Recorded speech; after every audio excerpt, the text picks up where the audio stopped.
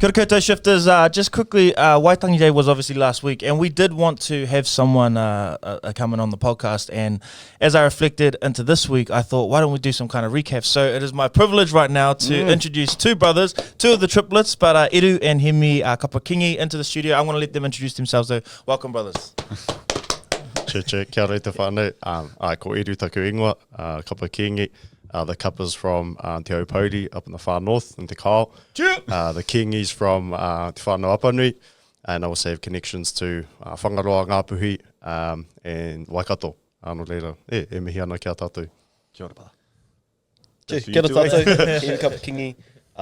Ai koe tētai o ngā mahanga tokotoru nei, one of the triplets. Those whakapapa as well, and happy to be here, happy to get into this wānanga today. Yeah, 100%. We're talking about Waitangi, and you guys were obviously up there, and I was looking at a lot of the social media, and you guys are doing choice stuff.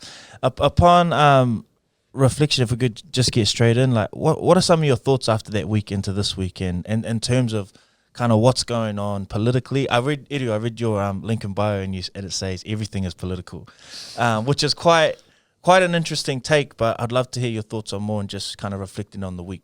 Yeah, bro. I'm still processing, to be honest. It was a big week. And me and my bros, we've been going to Waitangi since we were little.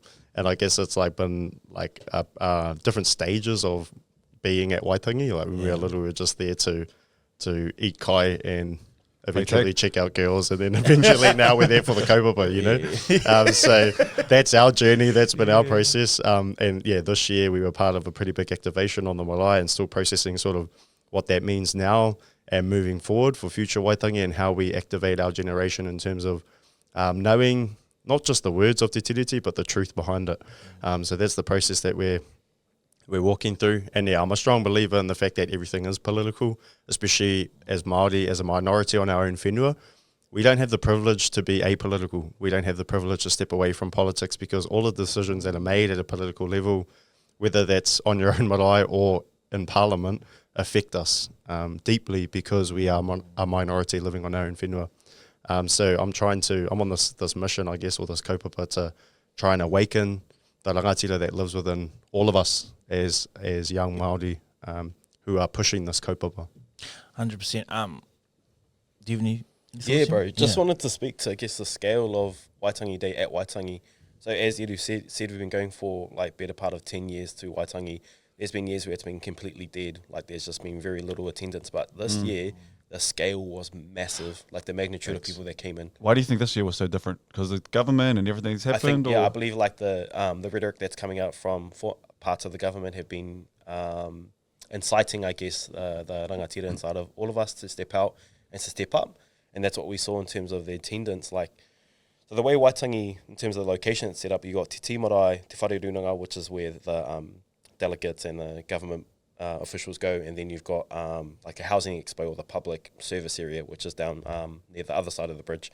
And each one of those spaces were completely covered with people. We've never seen that before. It's usually just one part. That's where all the performances or the dancers or the kapakas, that's pretty pumping, but every other place is pretty dead. But we also had the forum tent by the Whare Waka, which was run by our cousin Ngahuia Harawira, and that was completely full. And there's been years where it's just been the kaumātua sitting on the chairs in front and no one else in attendance, but there was so much want and such an appetite to go and sit and listen. And just a real urge and surge of people going into Waitangi on Waitangi Day, so it was massive. 100%. I saw that too. Just for those who are listening who are maybe not understanding what this conversation could be, I suppose Waitangi Day got popping this year because we got a new government, and part of the coalition of the government that formed, basically they came out saying that they were wanting to look at amending the treaty. What are some things that I suppose people are listening at different stages. For non-Māori, there might be some listening to this going, I don't really care. I'm not in that. Some non-Māori would be, I don't have an opinion, but I could probably align with something if I heard something good. Well, so many different ways to enter hearing something like that. What are some good things to think about when a government says we'd like to amend a founding document? Yeah, that aligns perfectly too with, I guess, the kaupapa behind our activation on Waitangi Day. So my bros, Te Hori, the Hori and Te Kuru Jews. He's the man. They pulled me into this kaupapa that they wanted to use to activate our generation and challenging directly the government because they are threatening the mana and the tapu of Te Tiriti o Waitangi. And so the bro Hori, he's an artist, and he created some shields in the shape of Te Tiriti. And the purpose behind that, or I guess the imagery behind that, is that Te Tiriti protects us and our mana in Aotearoa, but it also protects the place of Pākehā. So, but a lot of Pākehā fear Te Tiriti because they think it's something that displaces them, or the view is like you guys get special stuff and we don't. Yeah. Through the treaty. Yeah, And exactly. are you saying that's actually a wrong way to look at it, or could be? Well, Te Tiriti is a two-way agreement, and so there are benefits on both sides. The benefit for Pākehā is that they have a place to call home, and that's Aotearoa. And we've held up that that end of the bargain since 1840, right? But the reciprocation, which is that our tino rangatiratanga, which existed long before Pākehā got here, is maintained. That hasn't been kept up. The government since 1840, since 1853, since the first official government was established, has been operating on the basis that they have all the mana and we have none. And that we just freely gave over, that our tupuna freely gave over all their mana in 1840 and signing Te Tiriti o Waitangi, which is, that's not true. It couldn't be true. There were 80,000 Māori at the time and 2,000 Pākehā. So why in that situation would you give over all your mana to a minority of 40 to 1? So that's the truth that we're resurrecting. And Pākehā fear that truth because they think when we rebalance our mana that we're going to turn around and do to them exactly what their tupuna did to us. But we wouldn't, because that's not how the Māori world operates. That's not how tikanga Māori operates. We're a people of aroha, manaaki, and balance. And so, yeah, I think that's where a lot of Pākehā fear comes from, which is semi-understandable, but again, it comes back to education and the history around te tiriti, te whakaputanga, and all of the things that make us tangata whenua and that create a place for Pākehā. I have, just really quickly, I think I have friends who will sit there and go, well, I've always called this home. Like, this has always been my home. Why all of a sudden am I having to ask for permission to call it home from the Pākehā side? So for people who think that way inclined, like, is there a way that, I don't know, that this conversation can be had where, you know, your fourth generation or third generation been living here, been born here, but may not have Māori in them, to make it easier, to feel like, we're all in this together? Yeah, well, it is their home, bro, and I would never say otherwise, but it's not rent-free. So there's a rent that you have to pay if you're living here, and that's respect for tangata whenua and our rights. So when we want to have more of a say as to, say, how water is used in Aotearoa, then the rent, I guess, in respect of that, is to tautoko, to support any sort of reform and actions at a governmental level to carve out a bigger space for tangata whenua in those political decisions. Yeah, I want to talk about, I don't want to shiny to, let's just say, like, I want to say his name because I don't want to, like, give him shine, but someone, like, when someone from a political party says, you know, builds a campaign around the idea of we need a fair New Zealand for everyone, and part of that plan is amending the treaty. Like, I don't know if you guys can see it. I can see it. I understand what he's doing. But how is that kind of thinking dangerous to the masses without, you know, having wānanga and context? Like, I think that's what the biggest thing's missing. And especially on socials as it plays out, as we know in today's age, you get on there and people are just going, well, you signed it off. It isn't fair.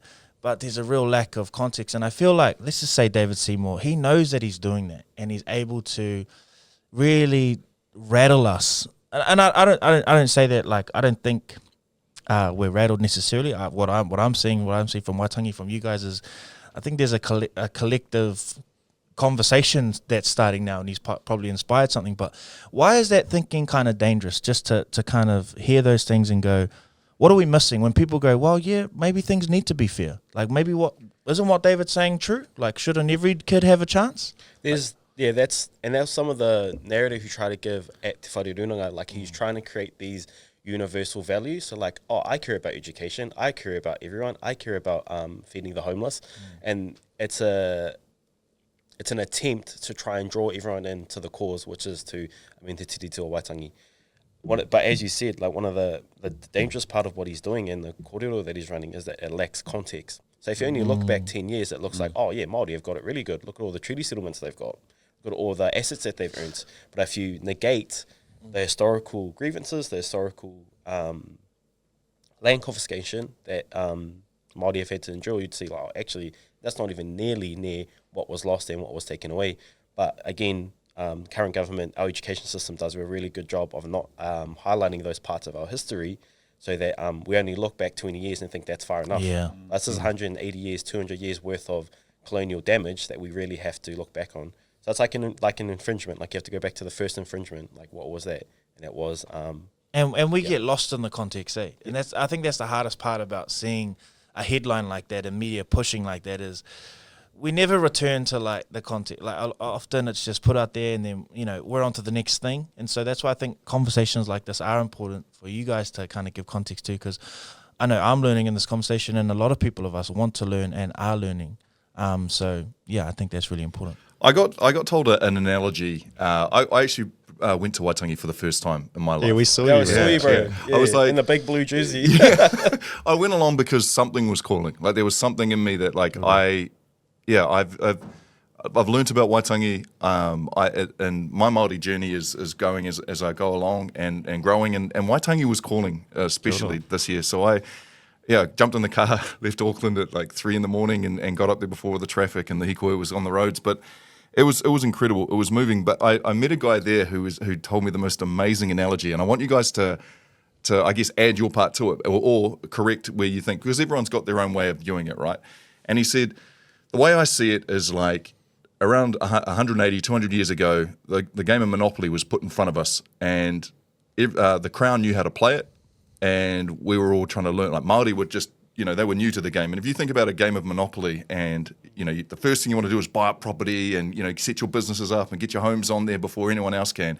And basically what's happened is that Western sort of ways of thinking has been implied here in New Zealand and Māori is basically left going around the board, still, not owning anything. It's got to a stage where, you only go around past go, get $200 and then you're still back on that cycle because they've been introduced to a game that was not the way it would have been had it been governed properly. And I was like, man, that's a crazy, amazing way of being able to put it in everybody else's, because we've all played Monopoly, but it puts it a real kind of real light on it and to how to explain, to younger kids and so on, that's just how it's going. I was like, that's super cool.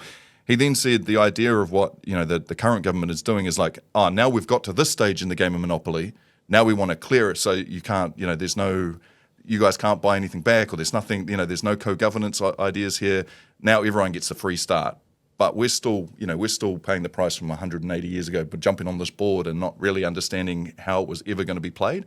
And it was amazing to me. It was a mind opener. I was like, wow, I'm starting to learn. But you guys who have, been through this, you've been at Waitangi all the time. Like, I don't know if that's a correct way of explaining or whether you would add to it or whether there is something there that you can relate to on that idea. I'd add to it that, like, for any of us that have played Monopoly, you can see how hostile it gets towards the end of the game. So that's what we're seeing now. Like, can get very feisty.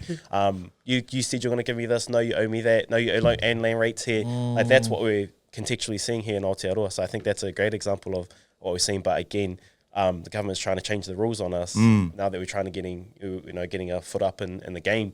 So it's an interesting time for us. But I think once we learn to play the game, we can make it work for us. It feels like Māori together are coming together, and there's more Māori businesses, there's more kind of support. People want to see Māori do well, especially within the Māori community. So it does feel like we're getting to a point, and now is where those rules are looking to be wiped and being like, oh no, now that the board's set, kind of feel. And I just thought it was an amazing analogy. Yeah, and I think another important layer, I do like that analogy as well, but another important layer for all players of this game to remember is that this game would not have been possible had it not been for our tupuna who allowed Pākehā to come here and to set up their home here. So the game was made possible by us, but then we became outnumbered in that game, we became out-resourced, and we're still losing that game. But it's important for Pākehā to remember they would not be playing it if not for our tupuna. It's just talking about like seeing things and visually. You said before, like Waitangi hasn't looked like this in a very long time, which is dope. But I also think we're such feeling people. Yo. So you guys who have been at Waitangi, like you said, for years and years and years now, post that, and you did say you're still trying to process some of it all, but what was the feeling like after Waitangi? How are you guys feeling at the moment post? Because I know you see these people, but you're like, okay, there's work to be done. There's obviously still work to be done. So how are you guys feeling at the moment?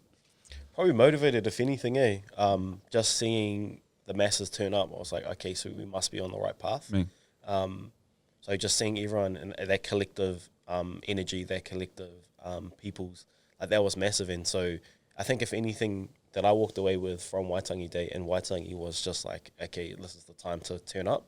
Like we got to turn up for ourselves. We got to turn up on racism. We got to turn up on everything. Like there's so many fields and so many things we can do for Te Māori, and we've got the resources and the people to do it. So I walked away really motivated to think, okay, sweet, what's my contribution to the space? What's my contribution to the kaupapa to try and enhance this story? Yeah. After leaving Waitangi, I honestly felt like a rangatira. There was particularly the moments in our activation where I could feel not only people there in the physical, but I felt our tupuna there with us. And at that moment, I knew, we're on the right trajectory. We're doing the right thing. We're on the right kaupapa. And so all of that was motivating, and we're just getting started, really. That was one moment for our generation to step up, but there will be many moments to come, and it's exciting. Bro, just going back to what you said at the very, very start too, but you were talking about we have to be there and we have to listen and understand the words, but the truth of it is very different as well. And I feel like you slightly got into it, but I feel like there's a lot more that you could. This is the beauty of this podcast that we're doing, is that it's not necessarily radio. Like we can sit in things and digest things. So I guess to like layer on that last one as well, it's like what's the truth that people kind of need to know at the moment? The truth is we never ceded sovereignty. Our tupuna never ceded sovereignty at any point. We came here from Hawaii. We became tangata whenua, we became Māori and established ourselves as the rangatira and the mana of this whenua, and nothing took that away. Not he hakaputanga or the Declaration of Sovereignty in 1835 that confirmed to the world, to the universe, that we are here and we are the sovereigns. And in 1840, the Te Tiriti o Waitangi also maintained that and did not take it away. So that's the truth that we're resurrecting. And it's scary because we live in a world where our truth has been radicalized. If I was to step outside and say, my tupuna never ceded sovereignty, Hobson's Pledge, David Seymour, all of those rednecks, they'd say to me, you're a radical, and what you're saying is dangerous. But it's actually dangerous that our truth has been radicalized. If I said that the sky was blue, no one would bat an eyelid. But that's an equally valid fact to the fact that we never ceded sovereignty. So think about that dynamic and the fact that we're a minority, outnumbered. We have to prove our truth, where the truth is just the truth. So it's a hard game, but we're in this, and we're not going to give up. Sorry, can I just ask one question about, because we do have overseas listeners, a lot of overseas listeners who'll be really fascinated by our story. Sure. Before the Treaty of Waitangi, you mentioned there was something else that was signed. Can you give us a bit more layer on that, and what was that all about? Yeah, sweet. So in 1835, a number of rangatira in Te Tai Tokelo, or the northern part of Aotearoa, they came together, formed a confederation, and they created Te Hakaputanga. Now, this wasn't an agreement, this was a declaration. People often refer to it as a declaration of independence, but that's wrong. It's a declaration of sovereignty.